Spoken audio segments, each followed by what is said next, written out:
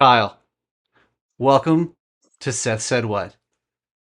I know it's your life's goal to be here and you made it. You did it.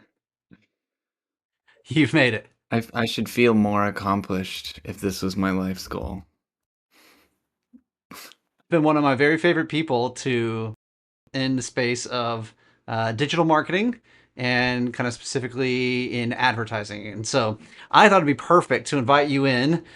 Typically, my co-host is my sister Holly, but yesterday I had Jay Cranda on from Saddleback Church, and today I have my friend Kyle from OneHope, Kyle Carline from OneHope. So it's good to have you here, man. What else would you say? Tell people about. Let's see, a couple fun facts, and then you can decide which one to go down.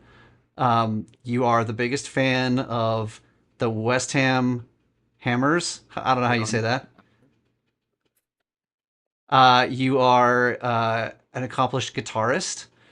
And then I'll pull those together with my third point, which is you have recently married the two passions of your life and created a very specific and really cool project in a custom built guitar that is dedicated to the team, the West Ham. I'm saying the name of the team wrong. West Ham United. It's Just not. That's West Ham terrible. Please don't United. hate me. That's the one.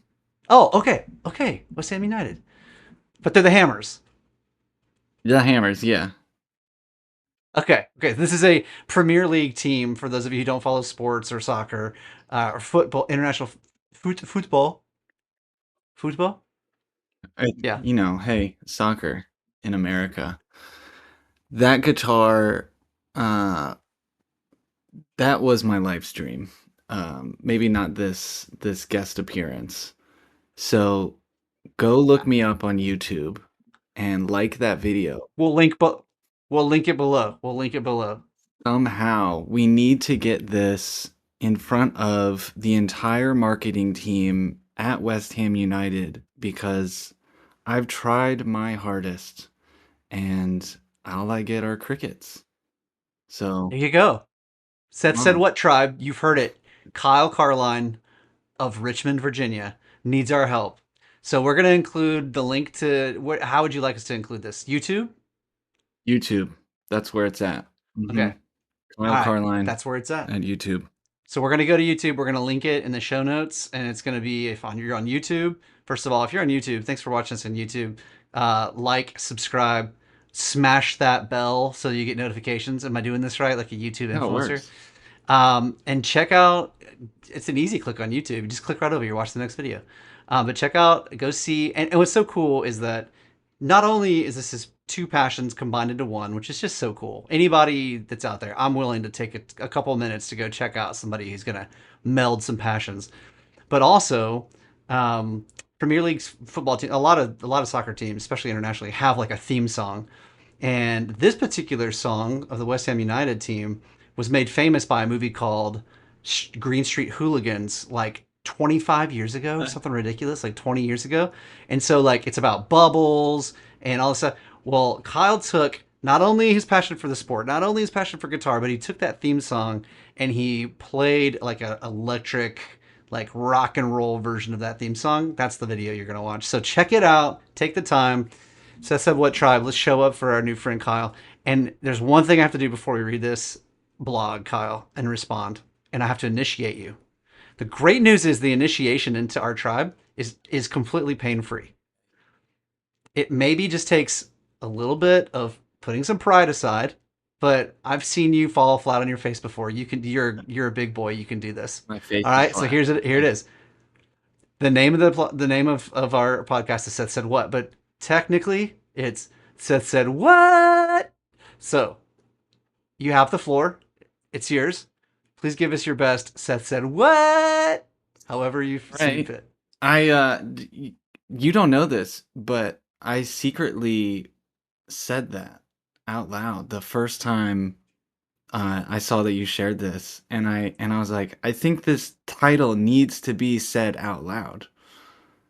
It only made sense. So this is what I uttered.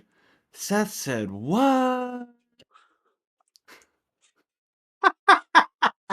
That's an excellent take. There's a slight, like, there's a tinge, maybe a whisper of confusion in it, which I think is Yeah. so applicable for this podcast.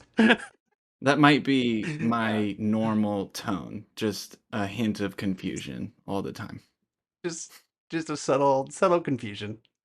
Okay, well here we go. We're gonna jump in. So you've not read this, I've not read this. So we're gonna go full blind. Today's blog title is Two Kinds of Confrontations. When we win by having someone else lose, we set up a conflict. It's clear, direct, but not generative. But when we win by confronting our fear, everyone benefits. Often, people who choose to battle others are actually better off looking at their fear instead. Typically, this is what happens. We read this and we're both in silence and we're like, yowza. Often, Seth provides us a mic drop moment here. Um, man, I'm immediately curious as to what came before. Like, what was the inspiration here?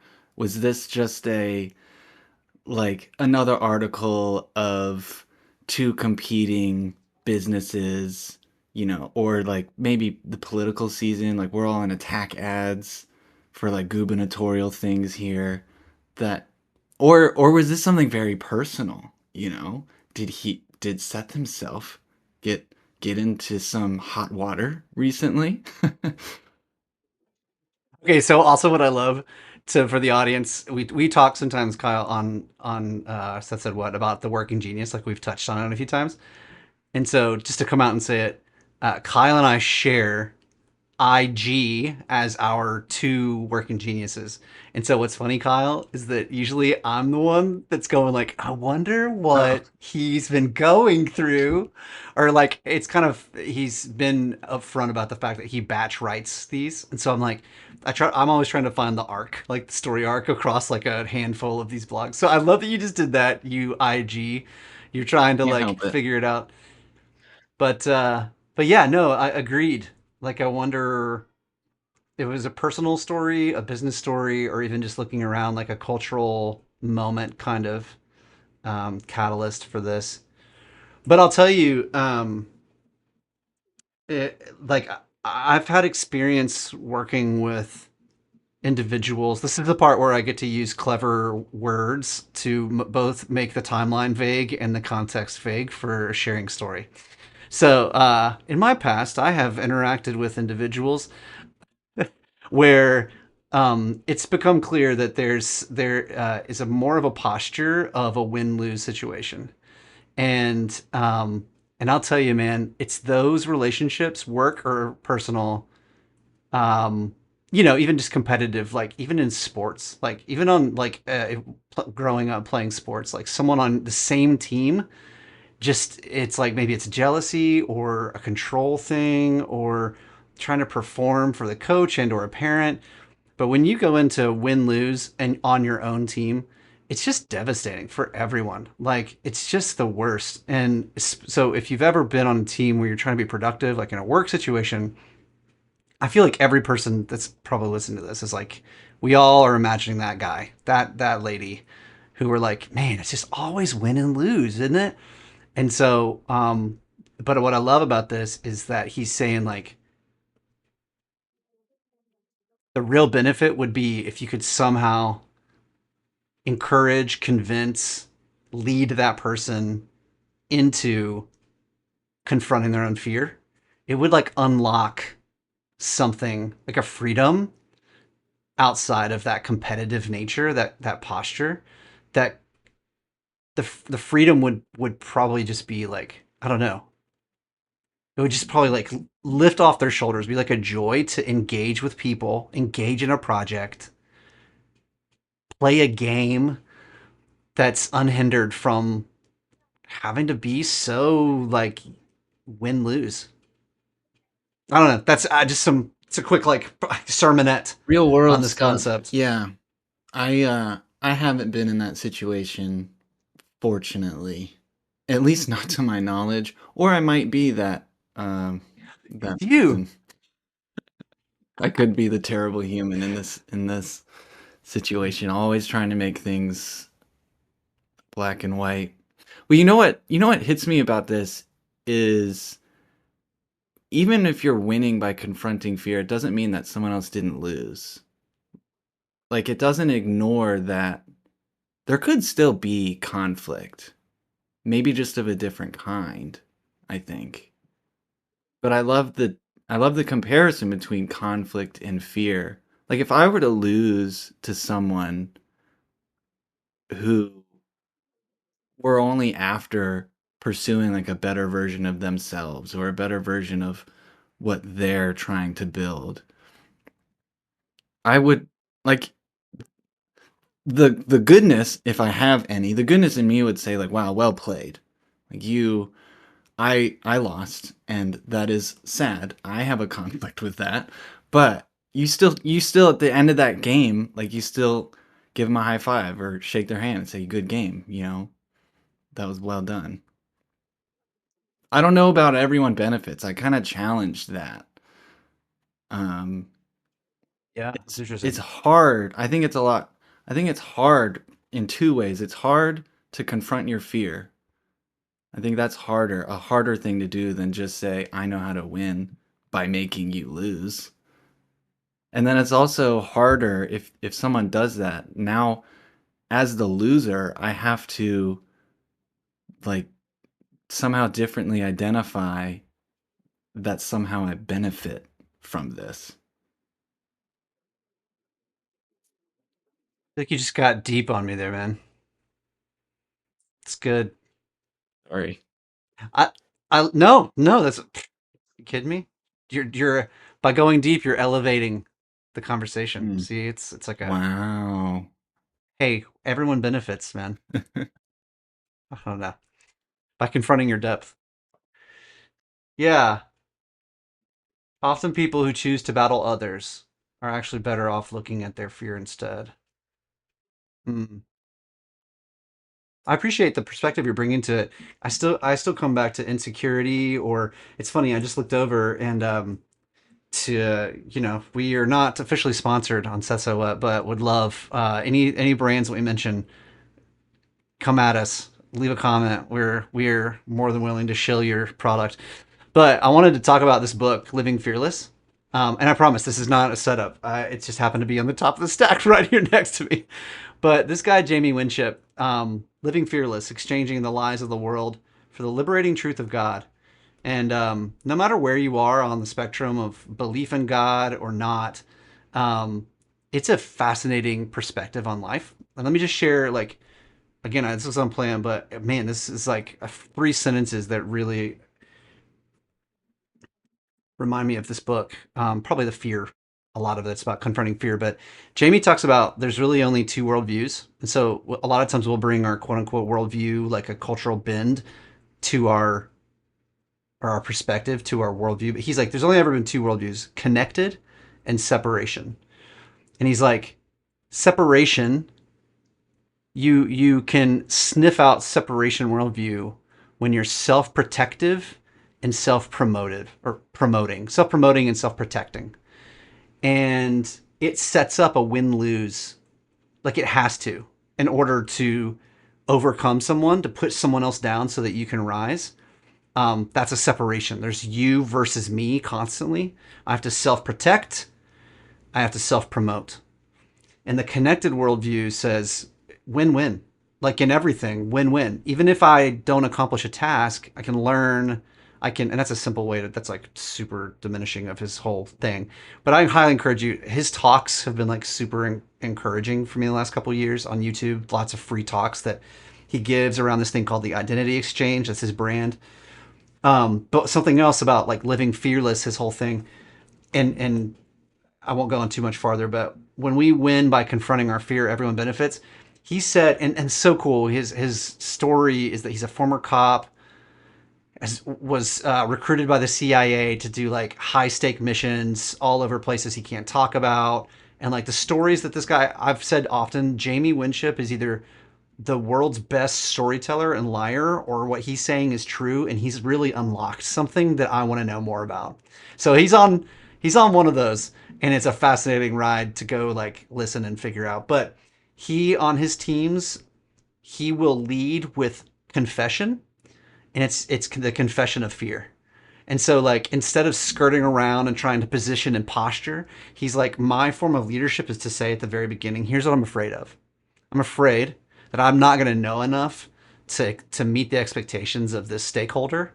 So I just want to lay that out there. Like, so I'm gonna listen and I'm gonna learn. I'm gonna go research because I'm afraid about this. Something else that's kind of scaring me or I'm afraid of about that. And he leads with that to get it on the pit. So there's no posturing. There's no win lose. It's like it's an openness, a connectedness. Anyway, I didn't expect to go into that rant, but I just looked over and Jamie's sitting here going like, "Hey, we're talking about fear," and yeah, good reminder. It's a great connection. Uh, connection, isn't that the? Oh, connection worldview. Yeah, didn't mean for that to happen. But it really does make a lot of sense. I thought that was a really constructive way to use what it might look like to confront your fear. Like some people you might just think, well, I'm scared of spiders, so I'm going to go into my next business meeting and I'm going to share that, look, you all, I've really been working on this. I brought a spider today. That's not exactly the intention, right? Um, but that's what I think. Like, I think it is kind of hard you've got to look at yourself to figure out how you can confront that.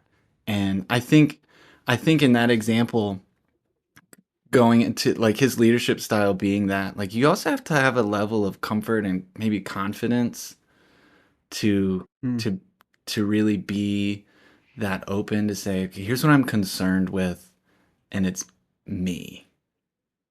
It's so much easier to say, I'm really concerned about you. I'm concerned about this other thing.